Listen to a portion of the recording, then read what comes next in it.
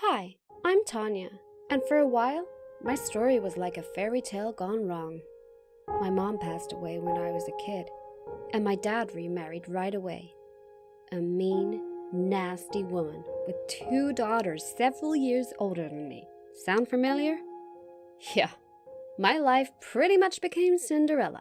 My stepmom, Penny, hated me but loved her two daughters. She would spoil them rotten while treating me like dirt. She didn't care that they bullied me. She bullied me too, and my dad was at work so often that he didn't even seem to notice. My stepmom even started making me do housework. Horrible chores like scrubbing the toilets and taking out the trash, and she never made my stepsisters do anything.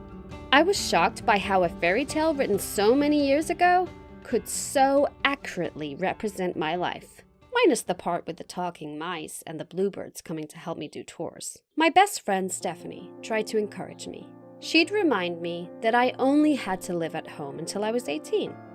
Then I could go off to college and start a new life far away from my wicked stepmother and stepsisters. You have amazing grades, she said. You'll be able to go to any school you want. You could go somewhere across the country, across the world even. Stephanie was the only person keeping me sane as my stepmom continued to treat me cruelly while letting my stepsisters get away with murder. I told my dad about it once, but he just said that blending families was an adjustment. Give them a chance, he said. Your stepsisters have had a rough time since their father left. I'm sure Penny's trying to make it up to them by indulging them. I hated that he took their side. If I was Cinderella, then where was my fairy godmother? Where was my Prince Charming? I knew the answer. That stuff only happened in fairy tales. In reality, nobody rescued you from your awful life. Especially not princes. When guys asked me out, I told them I was too busy for a relationship. In reality, I was scared. How could I expect to have a good relationship when my home life was this bad? As high school wore on, I continued to get perfect grades. I did some volunteer work, which got me away from my house and bulked up my resume. Once it came to start applying for colleges, I thought I had a good shot at getting a scholarship. When I sent in my applications, I was so nervous I was shaking, but I was also excited. Soon, I'd be able to escape. I was so excited.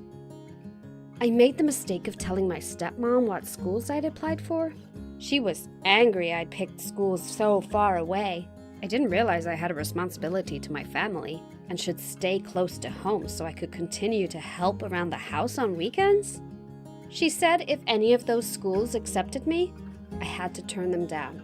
I told her I was almost 18 and would go to college where I wanted. She called me ungrateful and said it was a good thing my mom hadn't lived to see how spoiled her child was. I was horrified. I ran out of the house and went to Stephanie's to calm down.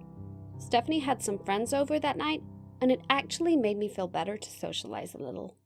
I met a guy named Dave who was really nice. We talked all evening and had a ton in common. He had also applied to all the Ivy League schools, and Brown was his first choice, just like me. He offered to walk me home, but I was nervous. I couldn't let myself like this guy. A messed up person like me couldn't have a relationship. I made some excuse and went to say goodbye to Stephanie. She asked about Dave, but I said it wouldn't have worked out. She told me my stepmom had already ruined so much of my childhood. I shouldn't let her ruin this too. I realized she was right. I found Dave again and told him he could walk me home. We even kissed outside my house. I was so afraid to hope things would work out, but we started seeing each other more and more. I told him about my stepmom and stepsisters, but instead of thinking I was a freak, he was sympathetic and even offered to come over and help me with my chores when my stepmom wasn't at home. The more I started to trust him, the more I realized that the best way to stand up to Penny was to have my own life. But could I really believe Dave would stick around? The day I got my acceptance letter to Brown was the happiest of my life. I'd received almost a full scholarship. I called Stephanie, and we both screamed with joy. I was finally getting out. But what about Dave? Then Dave called to tell me he'd been accepted there too. I guess we'll be seeing a lot of each other, he said. I was over the moon. Later, he texted that I should come over. He wanted to show me something. His parents weren't at home, and he decorated his living room with candles and strings of lights. It was a little messy, but I was still impressed. He said he wanted to dance with me to celebrate my incredible achievement. So he put on some music and we danced, laughing and trying not to bump into furniture. I realized I'd finally found my Prince Charming. Maybe this part of being Cinderella wasn't so bad. Did you like this story? Let us know in the comments. And be sure to like the video and subscribe to our channel.